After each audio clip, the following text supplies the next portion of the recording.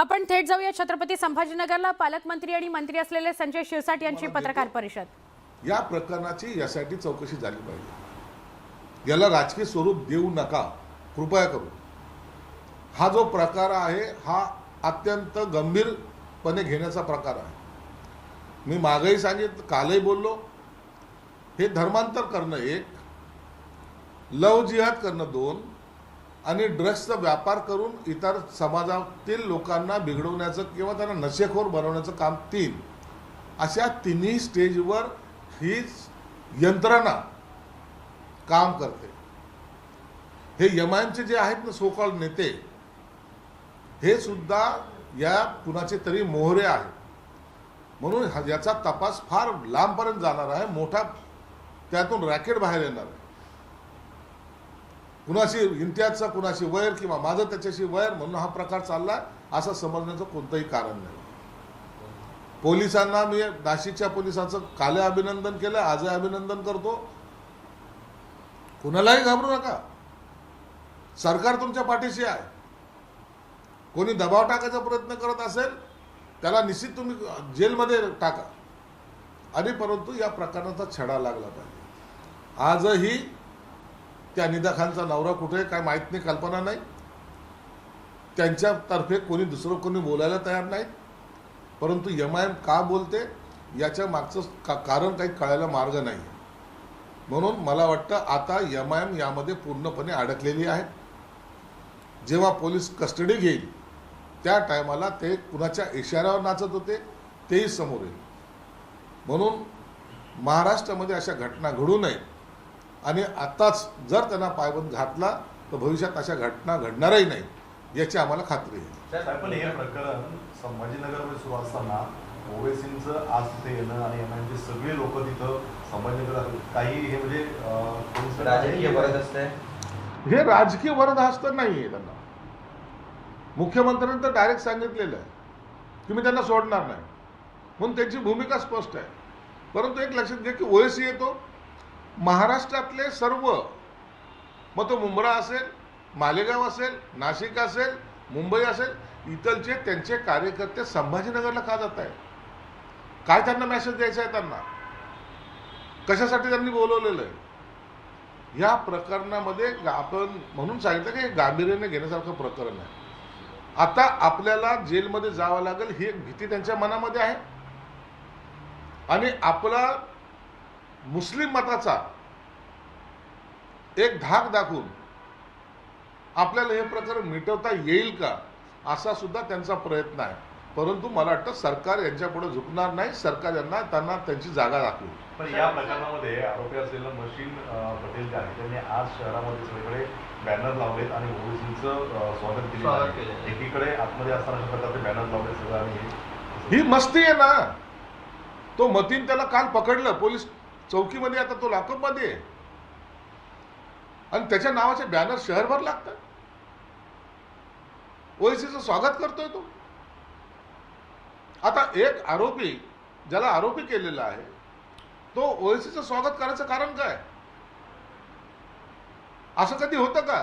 स्वतःचा जीव वाचवण्याचा प्रयत्न करण्यापेक्षा ओवेसीचे बॅनर लावणं ज्याला महत्वाचं वाटतं। म्हणून तुम्हाला सांगतो हा प्रकार काश्मीर फाईलच्या सारखाच महाराष्ट्रामध्ये घडतोय, हे एवढं मात्र निश्चित।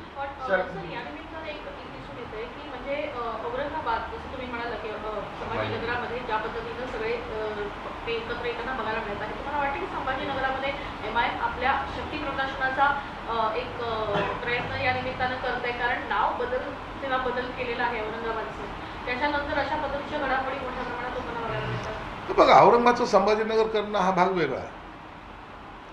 पहिले सिमीचे कारवाई या संभाजीनगरमध्ये व्हायच्या, त्या सिमीचे रूपांतर हे एमआयएम मध्ये झालं। आता जे सिमीचे कार्यकर्ते होते तेच एमआयएमचे कार्यकर्ते आहेत।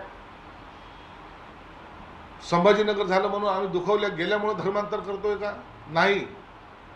म्हणून लव जिहाद करतोय का? नाही। म्हणून आम्ही ड्रग्स विकतो का? नाही। हा त्यांचा ठरवून घेतलेला विषय आहे। त्या विषयानुसार हे याच महाराष्ट्र लेवलवर नाही तर हे देशभरामध्ये त्यांचं हे जाळं पसरलेलं आहे, आणि म्हणून हे नेटवर्कच्या सूत्रधारापर्यंत पोहोचणं गरजेचं आहे। मी आजही तुम्हाला सांगतो का हा MIMचा जो इम्तियाज जलील वगैरे हा पण किरकोळ आहे. याच्याही मोठे सूत्रधार त्यात असू शकतात. आरोपीच्या संभाषणातून असं कळलंय की 2 पीडित महिलांना मलेशियामध्ये पाठवण्याची तयारी देखील ठेवण्यात आली होती, अशी माहिती देखील त्या संभाषणातून कळली. त्याच्यामध्ये अनेक असे प्रकार आहेत. त्या एका महिलेने सांगितल्यामुळं हा प्रकार उघडकीस आला. असे किती प्रकार केलेत, किती लोकांना त्यांनी परदेशात पाठवलंय, काय त्यांच्यावर अत्याचार केलेत, आणखीन किती मुली याच्याशी पीडित आहेत, या सर्व घटनेचा तपास आता पोलीस यंत्रणा करते. मला वाटतं ही फार मोठा संकट हे महाराष्ट्राने देशभरामध्ये हे करण्याचा प्रयत्न आणण्याचा प्रयत्न करतात. यापासून आम्हाला वाचलं पाहिजे. काल ज्या ठिकाणी ती निदा खान पकडली गेली त्या ठिकाणी ड्रग्सचा अत्यंत मोठ्या प्रमाणामध्ये 2 नंबरचा ज्याला म्हणतो आपण तो धंदा त्या ठिकाणी केला जातो. बटन्स विकल्या जातात, गांजा विकल्या जातो, चरस विकल्या जाते. हे सगळे प्रकार त्या भागात होतात. हे पोलिसांना माहिती. अनेक वेळा पोलिसांनी धाडा टाकलेले आहेत. त्याच्यामध्ये अनेक आरोपी पकडले गेलेले आहेत.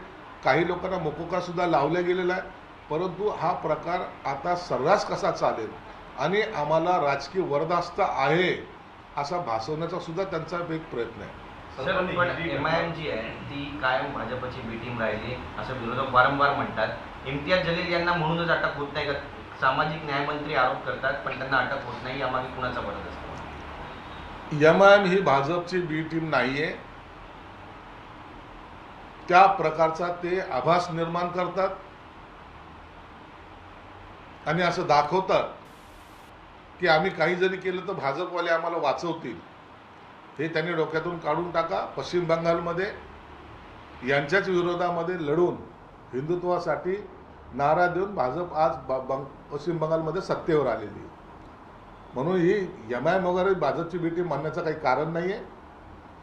आणि आता हे तुम्हाला पाहायला सुद्धा मिळेल. भाजपचेच मुख्यमंत्री आहेत आणि ते अत्यंत धाडशी आहेत. ते इम्तियाज जलीलला जेलमध्ये टाकल्याशिवाय स्वस्थ बसणार नाही अशी मला विश्वास आहे. तर पण तुमचा रोल जो आहे की MIMच्या सगळ्या वरिष्ठ नेत्यांकडे पाहायला मिळतो, तर त्यांचा सहभाग हा उघड झाल्यानंतरचा आहे का आधीपासून सहभागाचा? नाही, हा प्लॅन फार पूर्वीपासून आखला गेलेला आहे. हा 1-2 दिवसामध्ये प्लॅन झालेला नाही आहे. मी तुम्हाला पूर्वी सांगितलं की निदा खान सारख्या अनेक निदा खान या महाराष्ट्रामध्ये पसरलेले आहेत. पुण्यामध्ये आहेत, संभाजीनगरमध्ये आहेत. संजय शिरसाट यांची पत्रकार परिषद. या पत्रकार परिषदेमध्ये ते निदा खान छत्रपती संभाजीनगरमध्ये सापडले त्याच्या अनुषंगानं बोलत आहेत. एक छोटासा ब्रेक, काही क्षणात पुन्हा भेटू.